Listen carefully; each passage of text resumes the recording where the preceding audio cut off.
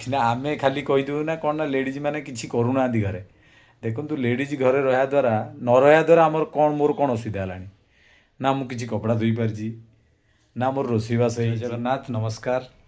ଦେଖନ୍ତୁ ଫ୍ୟାମିଲି ମୋର ସବୁ ପୁଅ ଦୁଇଟାକ ପୁଅ ଶିବୁର ସାହିର ଆଉ ସ୍ତ୍ରୀ ଘରକୁ ପଳେଇଛନ୍ତି କାହିଁକିନା ଏବେ ସ୍କୁଲ ପରୀକ୍ଷା ସରିଯାଇଛି ଘରକୁ ପଳେଇଲେ।